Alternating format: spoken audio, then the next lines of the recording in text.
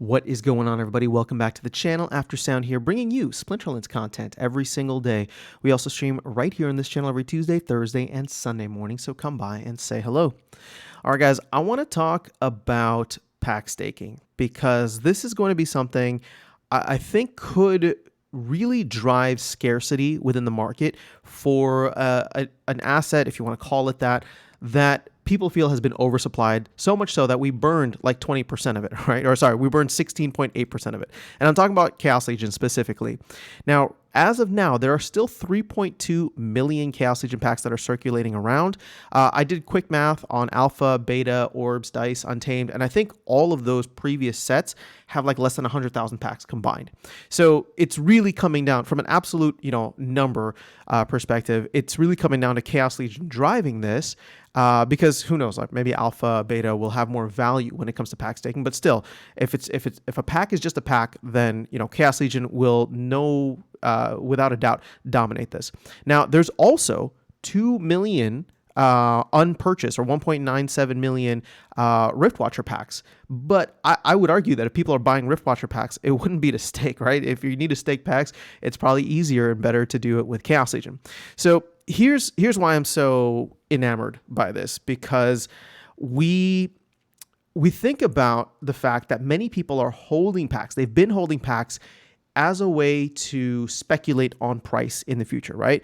And you don't get anything for that, right? You don't get any benefits. There's no rewards. You're just holding it with the hope that you can flip it at some point in the future, or if you need it, maybe the cards go up in value, then you open the packs then and flip the cards or whatever the case is, or you just have higher value cards. But most people who are holding a lot of packs probably already have max level decks. So here's the thing. If now you have an in-game incentive, again, it's not necessarily a financial incentive, but you have an in-game incentive that is combined with all of your guildmates, right? So people that you play the game regularly with, you coordinate with, and you enjoy this cooperative part of the game with.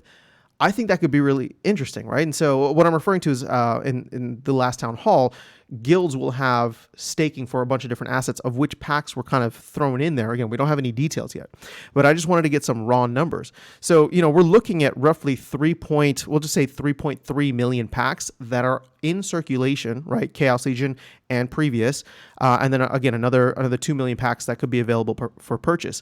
But I would say that this number, what this is going to do, in my opinion, is it's going to drive many, many more people to start speculating on the packs, because now you can buy the packs and get some kind of return. Now, again, I want to be very clear. We don't know what the details are, and my expectation is it's probably not going to be a financial return, but it's going to be an in-game return. And I think many people are going to find value in that, because now it's not just, oh, let me buy packs and then just sit on them and not, get anything for a while. It's, oh, well, if I'm going to buy packs, at least I get something in game. I can contribute something to my guild, and therefore I have more value. I can provide more value. And overall, I actually think that's going to be pretty awesome and could drive scarcity. So if we look at just very, very rough numbers here, I have no, this is pure speculation, but how many packs would you expect the top guilds or the top guild building, right, for pack staking to put in, right? Like how many packs would you need to stake? I don't know. I'm trying to come up with a reasonable number here, and I think 10,000 is actually low, but I'm going to go with 10,000, right? Like if your guild again, I'm talking about the highest levels, right? So let's say you get that, whatever building it is that requires pack staking or allows for pack staking, if you get that all the way to level 10 or whatever the highest level is, how many packs would that require?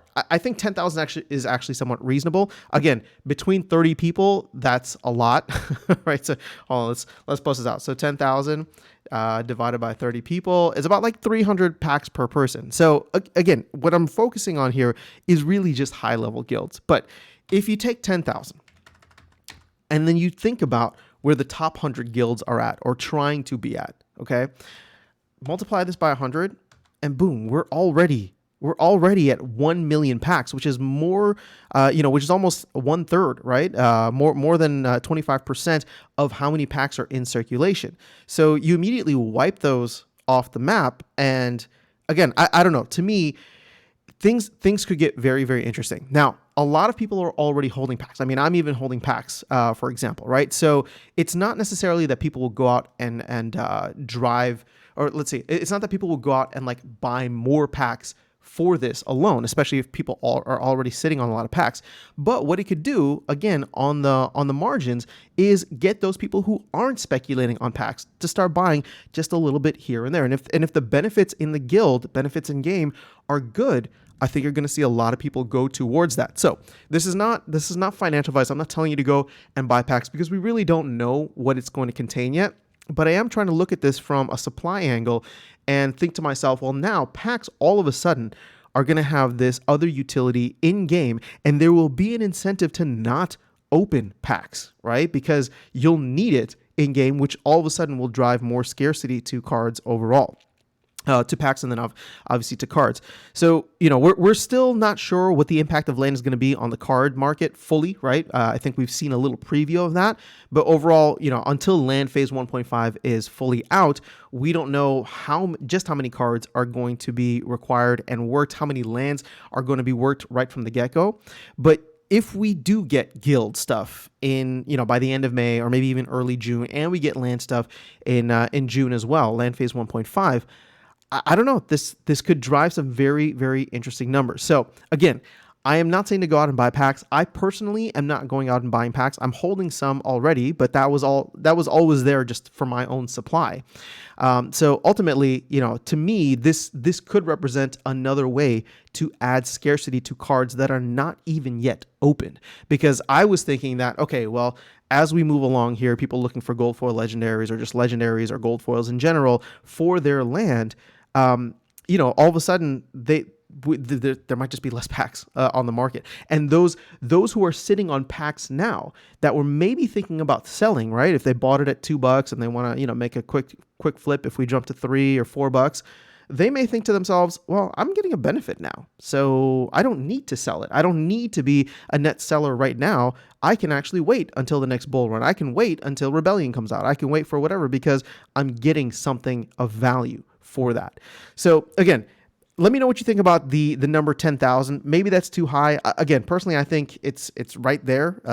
It could be something, again, at the highest levels. At the lower levels, I think it'll be significantly lower, right? Obviously. So, even just like 100 packs, maybe at like level 1 for a lot of the newer guilds starting out, seems, what is that? Three packs per, I guess there's less members in there. It's like 20. Yeah, so it'd be like 5-6 packs per person. But either way, just sharing these numbers with you as food for thought, something to think about as we go along here. But to me, that was actually a pretty significant reveal in terms of overall alpha for what is to come with the game economy and the card supply. Now, obviously, there will be more pack inflation in the future. More packs will be released. There's been talk about this mini set, which could be a couple million packs, and then obviously Rebellion, but that's later on this year. And so, what this leads to, where guilds go and what the benefits will be, all remain to be seen. But I think, and I've said this many times now, I think especially if we're going to get this mini set and it's going to be sometime over the summer, probably not even in June yet, just because that's what Aggie was hinting. I think it could be a while until we see Rebellion. So it could probably be until 2024 until we see Rebellion, which means that we'd have like 8 months here of drying up the supply. And, a lot of these new promo packs that might come out later on in the summer, people aren't going to be wanting to stake those, right?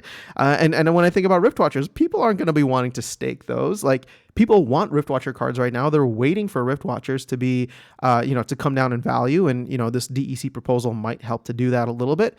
But ultimately, I truly think we're going to start feeling the scarcity for a lot of different assets across the board. Now, again, this is not to say that we're going to the moon, but when you do feel the scarcity, I think that could help the asset values rise. Now, I say this not as a price prediction, but as like a general trend, right? If there is continued demand, but less supply, then you generally see prices go up. I don't think it's going to be euphoria. I don't think it's going to be crazy mania. I don't think we're going to hit new all-time highs.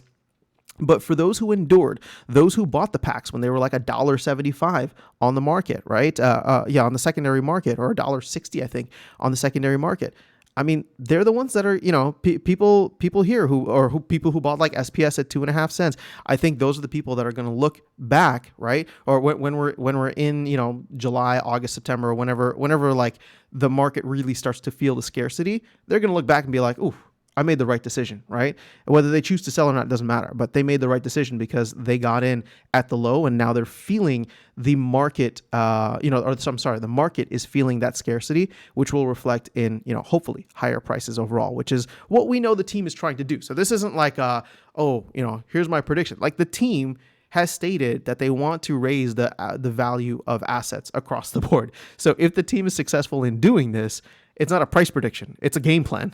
And I do think that certain actions that they're taking, and we're talking specifically about the PAC staking being one for PACs as an asset class, could be something very significant. So that is all I have for you guys in this video. Let me know your thoughts in the comments below. Otherwise, I'll catch you all in the next video and see you around the game. Take care.